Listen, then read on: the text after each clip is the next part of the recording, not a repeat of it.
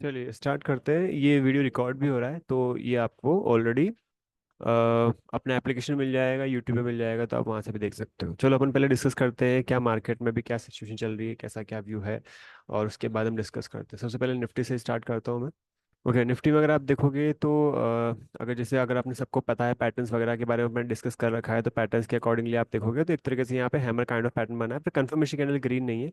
तो एक तरीके से सिचुएशन ऐसी बनी हुई है कि यहाँ से रिकवरी आने के चांस थोड़े 50-50 लग रहे हैं। पर बैंक निफ्टी अगर देखते हैं तो बैंक निफ्टी में सिनारियो ऐसा है कि बैंक निफ्टी में यहाँ पे हैमर बना हुआ है, हैमर के बाद कंफर्मेशन कैंडल बनी, हाई ब्रेक हुआ, और यहाँ से मैं एटलीस्ट 1:1 तक का टारगेट देख सकते हैं। ये जितने पैटर्न्स हमने पढ़े हैं ना, ये सारे पैटर्न्स का कहीं ना कोई काम जरूर आते हैं, इसलिए अपन पढ़े, अननेसरी नहीं पढ़े। और मैंने जो कहा था कि इसकी एक्यूरेसी अच्छी वगैरह होती है, तो एक्यूरेसी भी मैटर बहुत करती है ना।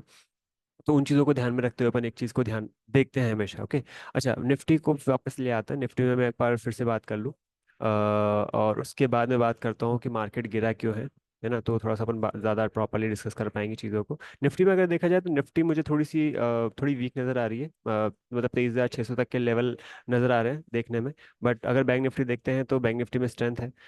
तो दोनों थोड़ा सा मतलब एक तरह से थोड़ा व्यू जो है वो क्लियर व्यू नहीं है कि यहाँ पे अपन व्यू क्लियर लेके अपन काम कर सके या कुछ भी बात कर सके। चलो पहले अपन यहाँ पे ये डिस्कस कर लेते हैं कि मार्केट गिरा क्यों। ओके, तो अगर आप यहाँ पे देखोगे डाउ और यूएस डॉलर वगैरह देखोगे तो यूएस डॉलर में भी काफ़ी डिक्लाइन आया है। ये डाउ डाउ जोन्स का चार्ट है। डाउ जोन्स देखोगे, डाउ जोन्स में काफ़ी डिक्लाइन आया है। रीज़न उसका ये है कि यूएस में जो है फ्राइडे को एनएफपी का डेटा होता है। एनएफपी मैंने पहले आपको किसी वीडियो में बता रखा होगा, नॉन फार्म पेरोल्स का डेटा होता है। ओके, ये फर्स्ट मतलब हर मंथ के फर्स्ट फ्राइडे को आता है। तो अगर आप देखोगे तो फर्स्ट फ्राइडे जो था वो 2 तारीख को था।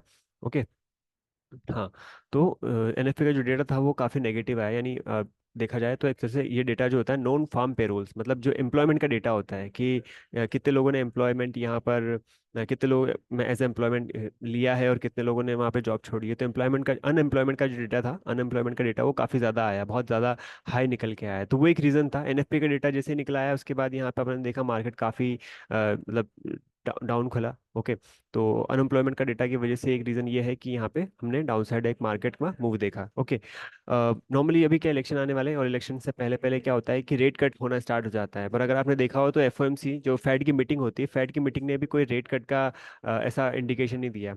ओके, तो रेट कट नहीं हुआ एक्चुअल में यहाँ पे। ओके, तो रेट कट नहीं होने की वजह से अगर रेट कट हो जाता तो यहाँ पे थोड़ी सी आसानी होती है, और मार्केट में इतना जो प्रॉब्लम चल रही वो नहीं होती है। और साथ साथ ये भी है कि जैसे अभी बात चल रही है यूएस रिसेशन में आ सकता है, यानी कि 2 consecutive क्वार्टर जो है, यानी कि ऐसे लगातार तीन तीन तीन महीने क्वार्टर जो है वो 6 महीने तक जो है वो रिसेशन, मतलब एक तरह से नेगेटिव ग्रोथ अगर शो करती है जीडीपी तो उसे हम रिसेशन में काउंट करते हैं।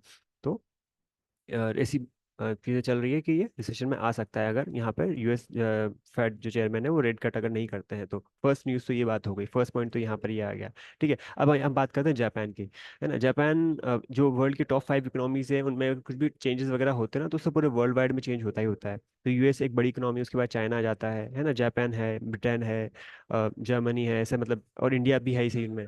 तो जापान की बात करें तो जापान का अगर आप यहाँ पे देखोगे निकी उनका करके जो है एक इंडेक्स है, जिसे अब ये देखो निक्की मैंने खोला है यहाँ पे। तो अगर आप इसको देखोगे तो ये बहुत ज्यादा सेल ऑफ शो कर रहा है यहाँ पे। ओके, अगर आप यहाँ से देखोगे तो टॉप से लेकर बिल्कुल टॉप से लेकर बॉटम तक अगर हम देखें यहाँ पे 27% का डिक्लाइन दिखा रहा है ना। और अगर मैं मॉर्निंग तक की बात करूँ, यानी मॉर्निंग जो मैंने अब आज मार्केट मॉर्निंग में ओपन हुआ तो उससे पहले अगर देखें तो 21% के आसपास कुछ 20-22% के आसपास कुछ डाउन था टॉप से। तो एक तो उन्होंने रीज़न क्या है कि ये गिरा, इसका मेन मेन रीज़न ये है कि वहाँ पे जो इंटरेस्ट रेट थी उन्होंने बहुत ज़्यादा हाइक कर दी है। और सबसे बड़ा रीज़न एक वही है गिरने का। और भी एक दो रीज़न है यहाँ की, मतलब चीज़ें जो हो रही है वहाँ पे थोड़ी सी आउट ऑफ कंट्रोल हो रही है, और काफ़ी बड़ा साइन मतलब यहाँ पे दिखाई दिया ओवरऑल ग्लोबल मार्केट के अकॉर्डिंगली अगर हम देखें यहाँ पे, तो है ना। तो एक तरीके से पूरा ओवरऑल मार्केट में थोड़ी वीकनेस बनी हुई है यहाँ पे। अच्छा, अब अपन बात आते हैं अपने निफ्टी के बारे में, है ना। ये तो अपने दो बड़े ग्लोबल जो चीज़ें हुई ना उनके बारे में बात कर ली। अब यहाँ पे एक चीज नोटिस करना, निफ्टी अगर आप देखोगे ना तो बजट के बाद से ही है ना, बजट क्या मतलब इलेक्शन के बाद से एक बहुत बड़ी रैली यहाँ पे स्टार्ट हुई। ये बजट के इलेक्शन के बाद से एक बहुत बड़ी रैली स्टार्ट हुई, और रैली के बाद मोमेंटम से क्लियर अपसाइड अपसाइड मिलता रहा। यानी कि बजट में भी जो सिनारियो था, जो साइन बना हुआ था कि करेक्शन आना चाहिए या कि एक तरह से मोमेंटम डाउन साइड मिलना चाहिए। देखो क्या होता है, करेक्शन एक हेल्दी मार्केट का साइन होता है। अगर मार्केट थोड़े अपने कंट्रोल में रहते हैं ना, मार्केट ऐसे हो ना थोड़े हेल्दी, है ना, क्या होता है जैसे तो उसमें अपन प्रॉपरली काम कर सकते हैं, ट्रेड कर सकते हैं। अगर सिंपल एग्जांपल से अपन देखें तो बहुत सिंपल, मतलब जब मार्केट मान लो कोई ओशन है और ओशन में आप देख रहे हो बहुत बड़ी बड़ी लहरें चल रही है, तो उस केस में क्या है कि ना कोई भी किसी के लिए भी वो बेनिफिट में नहीं रहेगा। यानी कि वहाँ पे जो भी शिप वगैरह भी होगी वो उनके लिए बहुत प्रॉब्लम वगैरह में आएगा। पर अगर सिंपल एक मतलब नॉर्मल वेव्स वगैरह होगी और सब चीज़ होगी, तो वो एक तरीके से उसमें कोई पैसेज में कोई दिक्कत वगैरह नहीं आएगी। तो सिनारियो भी कुछ ऐसा ही था। जब ऐसे ऐसे लेवल पे पहुंच जाते हैं ना मार्केट, जब ऐसे हाई वैल्यूएशन पे हो जाता है, क्योंकि अभी ओवरऑल देखोगे तो कई सारे स्टॉक्स के जो पी है मल्टीपल जो चल रहा है ना, बहुत हाई मल्टीपल पे है कई सारे स्टॉक, और कई सारे स्टॉक ऐसे भी हैं जो स्टिल दे आर गुड। जैसे कि ऑयल एंड गैस की बात करूं, एफएमसीजी और फार्मा जो हो जाते हैं दो, ये एफएमसीजी और फार्मा जो है ये एक तरीके से डिफेंसिव काउंटर होते हैं, है ना। थोड़े डिफेंसिव होते हैं, मतलब ये है कि मार्केट जब थोड़ा गिरता है ना तो ये थोड़ा संभालने के लिए आ जाते हैं, संभालने की कोशिश करते हैं। तो अगर मैं आपको यहाँ पे दिखाता हूँ तो आप ये देखिएगा, पूरा पूरा मार्केट जब मॉर्निंग में था तो ये Hindustan Unilever, Britannia, Nestle, Tata consumer, Apollo, है ना, ये जो कुछ पर्टिकुलर स्टॉक थे, सन फार्मा भी पॉजिटिव में था, ये सारे आप देख सकते हो थोड़े से मार्केट को होल्ड करने की कोशिश कर रहे हैं। और बाकी अगर आप देखोगे तो बाकी स्टॉक में सब में अच्छा खासा सेल ऑफ नजर आ रहा है यहाँ पे। तो ये मैं समझाने चाह रहा हूँ आपको कि इस लेवल पे क्या है, चीज़ें ऐसी हो जाती है जो हमारे हाथ से अपोजिट जा सकती है। तो हमको ये भी नहीं पता है कि ये गैप डाउन ओपनिंग होने के बाद यहाँ से सस्टेन करेगा नहीं करेगा, गिरना स्टार्ट करेगा, वापस यहाँ से मोमेंटम देना स्टार्ट कर देगा। दोनों चीज़ें ही 50-50 वाली होती है, तो इफ एंड बट्स वाली सिचुएशन आ जाती है ना। मैं आपको हमेशा सिखाता हूँ कि as a trader, as a आपको ट्रेंड फॉलोअर की तरह के सोचना है, ट्रेंड फॉलोइंग करनी है। ट्रेंड फॉलोइंग का मतलब होता है कि प्रॉपरली अपने सिस्टम के अंडर में एंट्री मिलती है, और उसके बेसिस पे अपन एंट्री लेते हैं और उसके बेसिस पे अपन एग्जिट करते हैं। ये राइट, हम ये समझा है मैंने आपको बार बार। तो ये करना बड़ा जरूरी होता है। तो अगर आप यहाँ पे देखोगे तो 24,800 के आसपास हमको एक सेल दिखा है। अनफॉर्चुनेटली मैंने भी उस पर ज़्यादा ध्यान नहीं दिया था, क्योंकि मार्केट मोमेंटम ऐसा कर रहा था तो समझ में नहीं आ रहा था कि यहाँ पे अपन बाय करें सेल करें कुछ भी। तो अभी ऐसे सिनारियो में बने हुए हैं। तो अभी अगर आप देखोगे तो यहाँ पर 24,600 तक के लेवल मुझे नजर आ रहे हैं। ऐसा मतलब ये नहीं है कि बिल्कुल यहीं तक वेट करें। अगर कोई इन्वेस्ट करना चाहता है और लॉन्ग टर्म का व्यू है तो उसके लिए मेरी कोई सलाह नहीं रहेगी, कुछ बोल नहीं सकता वहाँ पे। पर शॉर्ट टर्म अगर कुछ करना चाह रहे हो तो शॉर्ट टर्म के लिए रुक जाना, वेट करना, कुछ भी मत करो, ज़्यादा बेटर रहेगा। प्रॉपरली एंट्री मिलती है तो उसके बेसिस पे अपन देखेंगे, है ना। तो ये है, बजट के बाद से मोमेंटम बहुत क्लियर मुंह मिला तो क्या होता है मार्केट में एक तरीके से क्या हो, एक रेंज ट्रेंड बन जाता है, तो हर कोई इसमें घुसने की या कूदने की कोशिश करता है। और अभी यहाँ पे सेल बन गया है, तो इसका मतलब ये भी नहीं है कि अब यहाँ पे सेल कर दो, तो जरूरी नहीं है, आप यहाँ पे स्टक भी हो सकते हो। तो मिड से कुछ नहीं कर सकते, है ना। अगर आपको एंट्री प्रॉपरली मिलती है तो ही अपन यहाँ पे कुछ कर सकते हैं, अदरवाइज वहाँ पे थोड़ा अवॉइड करना ज़्यादा जरूरी है। और अगर आप एक चीज़ ब्रॉडर नोटिस करोगे यहाँ पे, ब्रॉडर अगर नोटिस करोगे तो अगर आप देखोगे नवंबर 2023, ये देखिए दो नवंबर 2023, ये ब्रेकआउट होने के बाद, ये ब्रेकआउट होने के बाद लगातार यहाँ से मोमेंटम मिला, अप साइड ही है। अगर यहाँ पे अपन रिटर्न वाइज देखें तो ये काफ़ी अच्छे रिटर्न्स मिली है इसमें, है ना। ये देख सकते हो आप 28% का रिटर्न है ऑलमोस्ट, अगर यहाँ से हम देखें तो पूरा साल भर भी नहीं हुआ है अभी तो ये बहुत अच्छा रैली मिल चुका है। तो हमेशा क्या, मार्केट हमेशा ऐसे रनअप नहीं दिखाता है। यहाँ पे भी आप देखोगे तो कुछ टाइम के लिए रुक गया है, कुछ टाइम के लिए रुक गया है ना, कुछ टाइम के लिए रुक गया है। तो it's a sign, it's a very healthy sign कि थोड़ा मार्केट सेटल हो जाता है, और वर्ल्ड वाइड चीजें सिचुएशन अच्छी चल रही है। और साथ साथ आप ये भी देख सकते हो वॉर सिचुएशन भी चल रही है ना। इसराइल और ईरान के बीच में जो प्रॉब्लम चल रही है, दोनों आपस में कैसे काउंटर कर रहे हैं ना। ईरान ईरान का जो आयरन डोम सिस्टम है वो एक्टिव हो चुका है मॉर्निंग से ही। अगर आप देखोगे थोड़ी न्यूज़ निकाल के तो आपको पता चलेगा कि वहाँ पे एक्चुअल सिचुएशन क्या चल रही है। एक्चुअल सिचुएशन नहीं पता होता है, बट जो चार्ट्स होते हैं वो चार्ट्स आपको बहुत सारी चीज़ें बताने लग जाते हैं, अगर आप प्रॉपरली उस पर थोड़ा ध्यान देना स्टार्ट करो तो, है ना। ट्रेंड फॉलोइंग और वॉल्यूम और जो भी चीज़ें होती है कि हम इन्हीं को फॉलो कर सकते हैं, हम बरोबर और ओवरऑल मार्केट को न्यूज़ देख के हम काम नहीं करते हैं, हम चार्ट्स को फॉलो करते हैं। ये हो गया हमारे निफ्टी की बात, है ना। यहाँ पे आ जाता हूँ बैंक निफ्टी के बाद। बैंक निफ्टी का मैं पहले ये खोज लेता हूँ यहाँ पे, अपना इंडेक्स का ऑप्शन इंडेक्स खोल लेता हूँ। तो इंडेक्स में अभी देखा तो अगर आपने देखा होगा मैंने एक अपने ग्रुप पे जो है ट्रेड वगैरह दिया हुआ है, तो उस पर नजर रखना और बिल्कुल उसको प्रॉपरली वैसे ही दिया है। अच्छा, यहाँ पे एक चीज नोटिस करने की कोशिश करना, मैंने जितनी भी आपको चीज़ सिखाई है, ट्रेंड लाइंस वगैरह है, स्टॉप सपोर्ट रेजिस्टेंस है, बहुत ही अपन ने प्रिसाइजली चीजें सीखी है ना। तो अब उसमें आप ये चीज ध्यान रखो कि आप यहाँ पे नोटिस कर रहे हो ना, ये बार बार, है ना, यहाँ से बार बार देख रहे हो, ये देखो बार बार सपोर्ट लेके वापस, ये तो क्या झटका वाला काम था एक तरीके से। क्या है, इलेक्शन का रिजल्ट आया,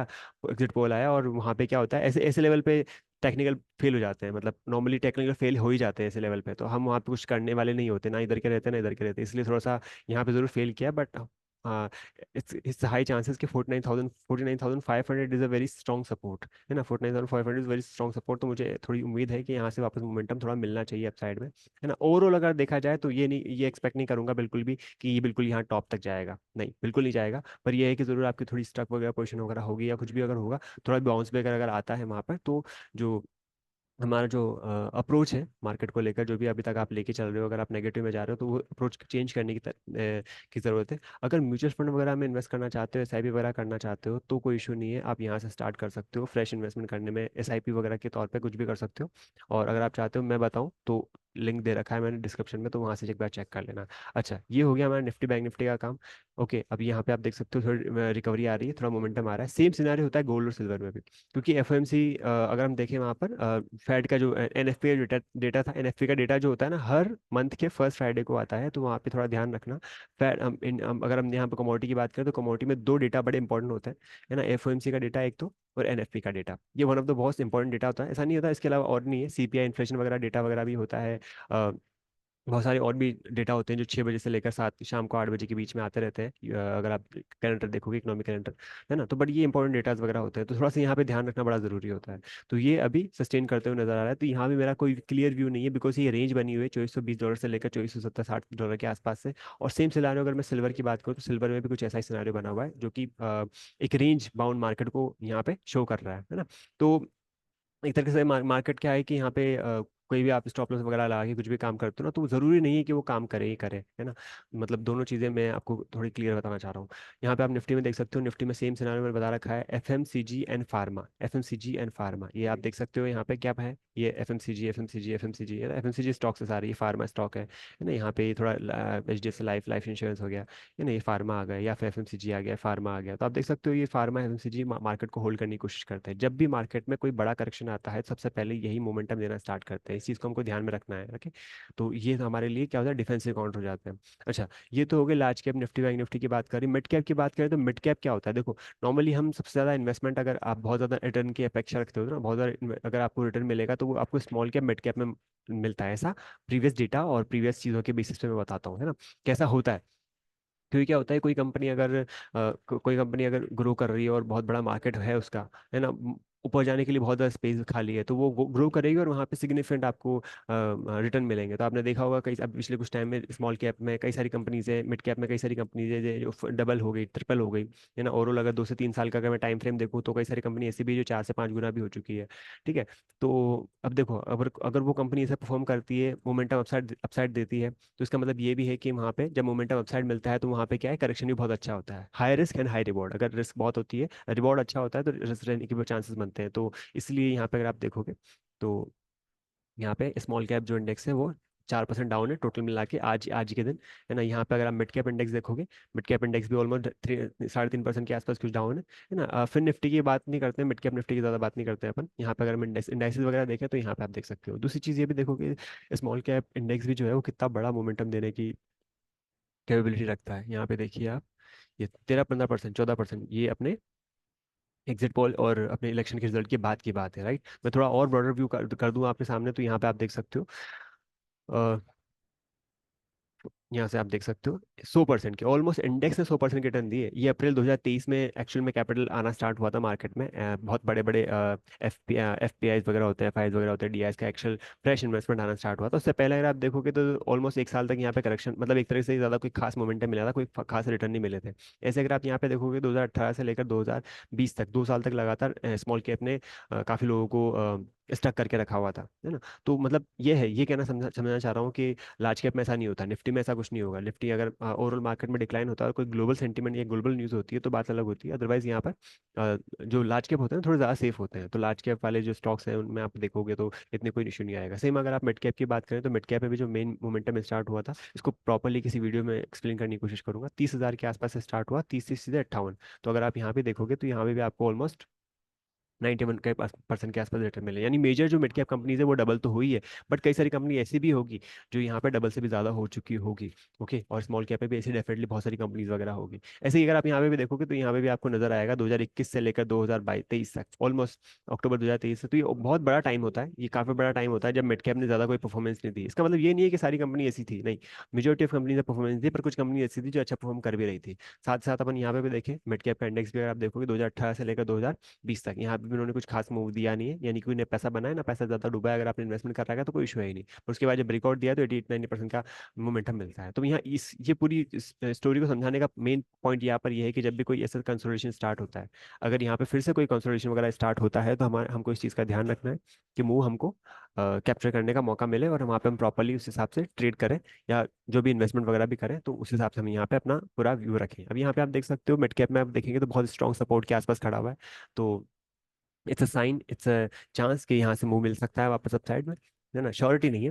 दूसरी चीज़ यहाँ पे भी स्मॉल कैप में आप देखोगे तो स्मॉल कैप में जरूर उसने ब्रेक कर दिया है, पर अगर इसकी क्लोजिंग कैसे आती है यहाँ पे ये इंपॉर्टेंट है। अगर क्लोजिंग स्ट्रॉन्ग आती है वापस ऊपर आ जाता है तो नो नो इशू, कोई इतना बड़ा प्रॉब्लम नहीं होगा, है ना। तो ये पूरा पूरा डिस्कशन हमने यहाँ पे ओवरऑल मार्केट का कर लिया है। ठीक है, तो अगर ठीक है तो